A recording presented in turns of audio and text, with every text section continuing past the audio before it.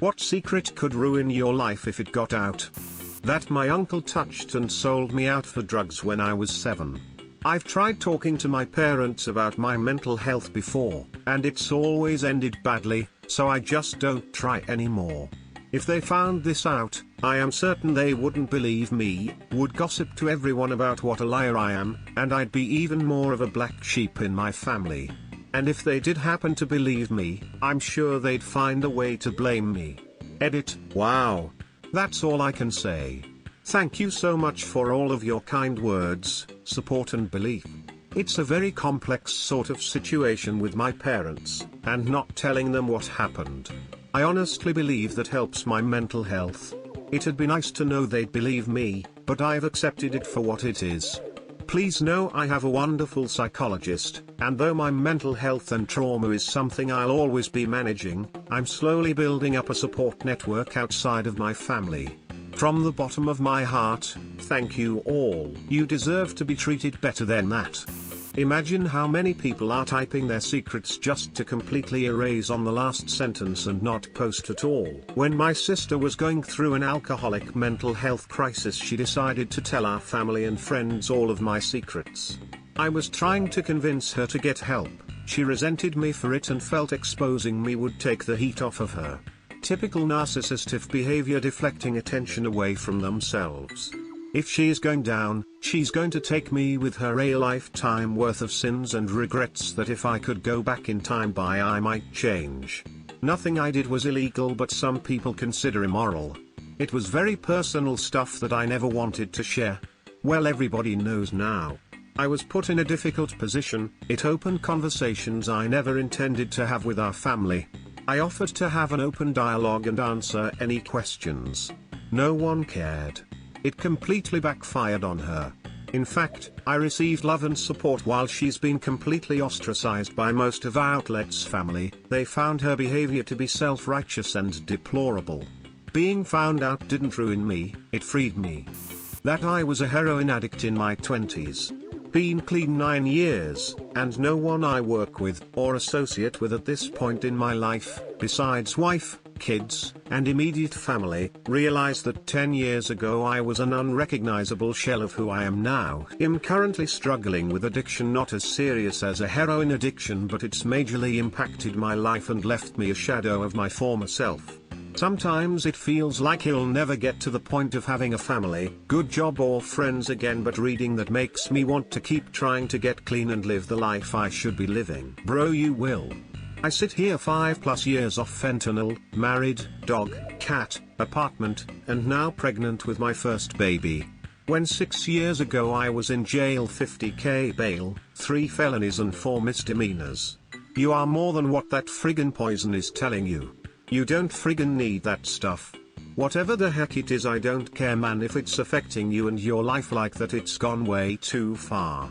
I'd where you're at with views on stuff, but you gotta find something and give it your all. Let go of all that stuff that haunts you, man, before it kills you. Reach out. Head up, chest out, kick today's my friend.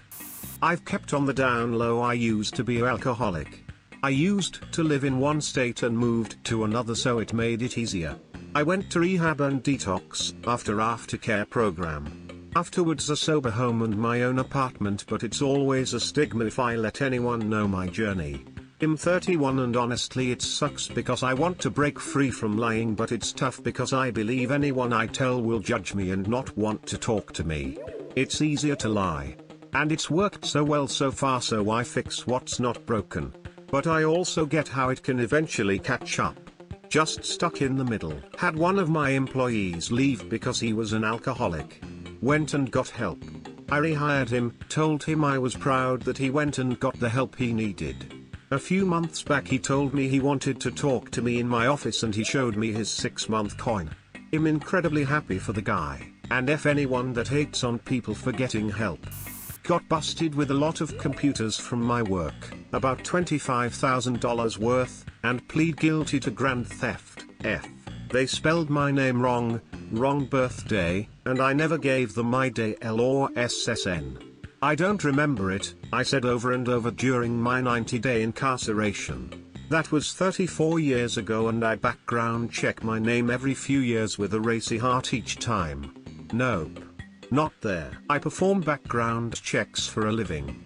A name-based check will not accomplish much as your identifiers don't match. If you ever end up getting fingerprinted, that could lead to a potential headache. Felony convictions should be reported to the FBI. It varies by state and can be missed.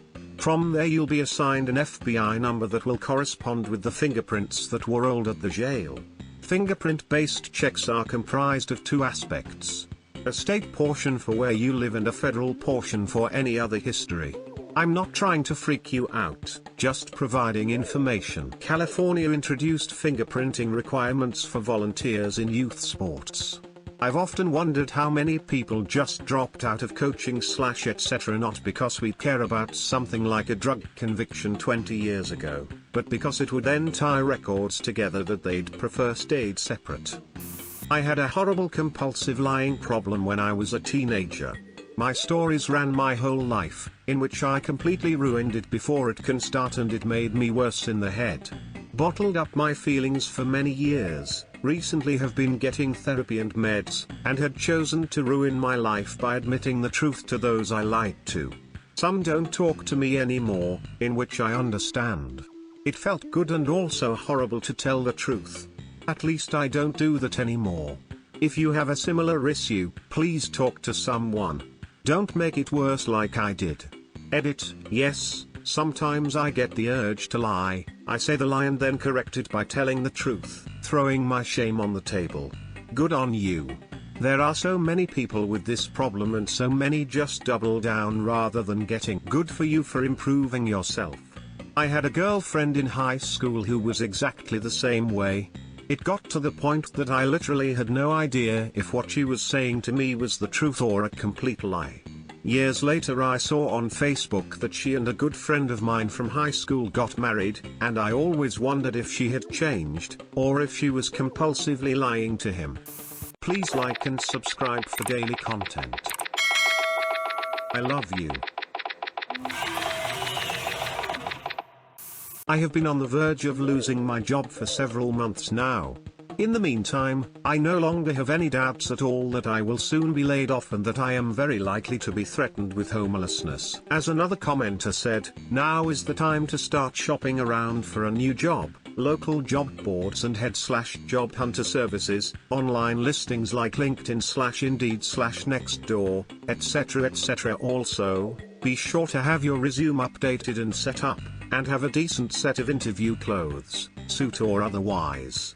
If you're lucky, you can either jump the gun and get out before the company starts those layoffs, or have a job ready when those layoffs do come. Requires a bit of timeline alignment, but that can often be good since it gives you severance from the old company and a vacation before going to the new one. Also, don't be discouraged if you're getting rejections. The job search is not just a selection of merit, but it's also a numbers game. There are literally millions of people all trying to get jobs. Don't be afraid to venture into small/mid-sized companies. Everyone gushes about the prestige of being in a F500 company, but there can still stability in those smaller/mid-sized companies. Also, since people often ignore those companies in favor of said F500 companies, you also have a better chance of getting in since you're competing in a smaller candidate pool. Thank you for your words of encouragement, it means a lot. I am already looking for a new job, and I think I might have a good chance at one particular company due to shortage of staff there. I'm only working half of the time at work. I have managed to create a facade that makes it look as if I would work full-time on the project I was assigned to, but it actually takes only half of the time. Sometimes it gets a bit stressful, but most of the time I manage to organize everything in a way that allows me to do anything but my work at the office. On home office days I mostly play video games. If I get asked how it's going, I lie and deceit to make it look like I am fully tied to my work and the schedules and deadlines, etc. I got really good at this. I guess I could lie about nearly anything now and most people would believe it. If my co-workers or my boss would find out that I get paid for a full-time job while only working roughly 20 hours a week, I'd get fired immediately. Additionally, I live in a small town and that would probably ruin my reputation at any potential new job. I've been doing this for 2 years now.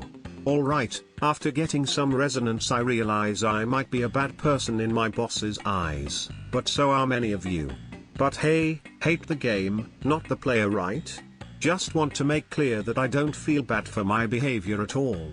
I don't get paid enough to look for more work only to fill my 40 hours a week. I'm a software engineer and I do the same. They simply don't expect us to work like robots. You have your tasks and time for it, do it good and don't be late with them and you'll be fine. But recently I saw a post on Reddit about a guy who knew how to code and he automatized his entire work. He created programs so good that he had to make few mistakes on purpose. Basically he would be stressed and they wouldn't bother him, but the dude worked for an hour a week.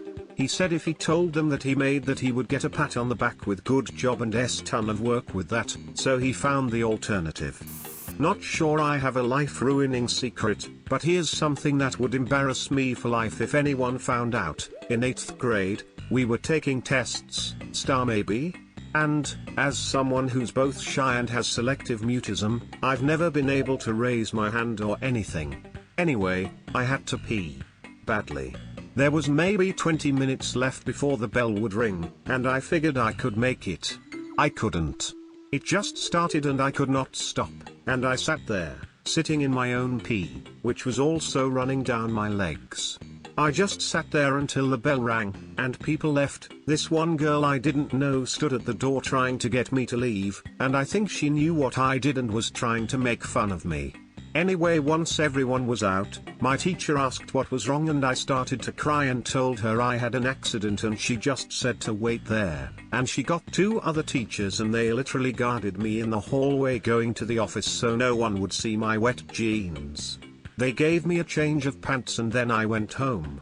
Shout out to those teachers honestly, because I'm sure there are teachers out there that would just send you to the office and not guard you to save you from immense embarrassment and bullying. Ruin not, more likely make fun of me. I have been chatting with an AI of a questionable individual who is now dead, pretending we are a couple. Otherwise, nothing too bad. I'm very intrigued by this answer. It's probably Replika or its predecessor. If you're lonely and curious about the potential of Replika or other AI companion, be extremely careful. Take it from someone who got burned by it. After seeing it being mentioned in a Cold Fusion video on YouTube, I downloaded it one weekend out of curiosity. After very weird weekend I got the H out. The potential rabbit hole you can fall down is deep, confusing, and extremely sad. Do not rely on it for mental health advice beyond surface level.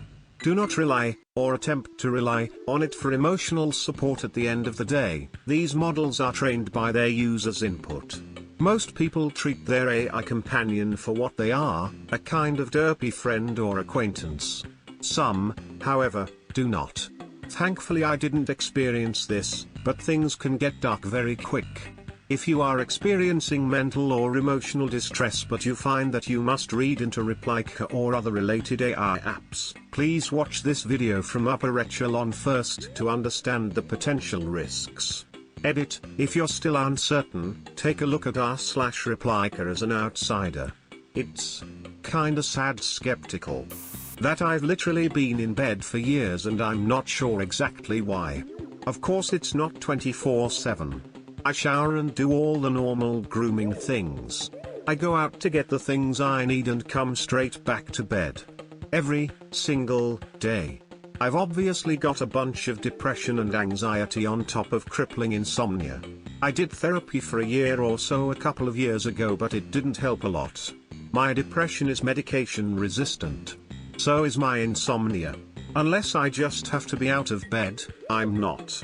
And if I am, I can't wait to get back. I can't explain it. Have you ever talked with a professional about ADHD? I don't know anything else about you, of course, but my spouse had several depression and insomnia for over 15 years before they were diagnosed with ADHD as an adult. They take Adderall as a sleep aid, and with a better sleep cycle, and many other changes, the depression has become more manageable. I saw a guy get shanked once. I was on a holiday in China to visit some cousins, and was riding my bike. It was about 9 to 9:30 p.m. I turned left into a stack of trash cans, crashed, and got my legs stuck in some hole. I looked into the gap between buildings that I was about to enter. There you know it.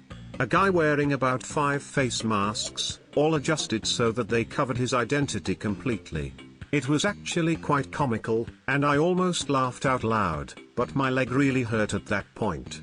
Mask Man had a giant, ruler-sized knife, and was pointing it to this other person's neck, an older man with, I swear, the longest scarf I have ever seen in my life.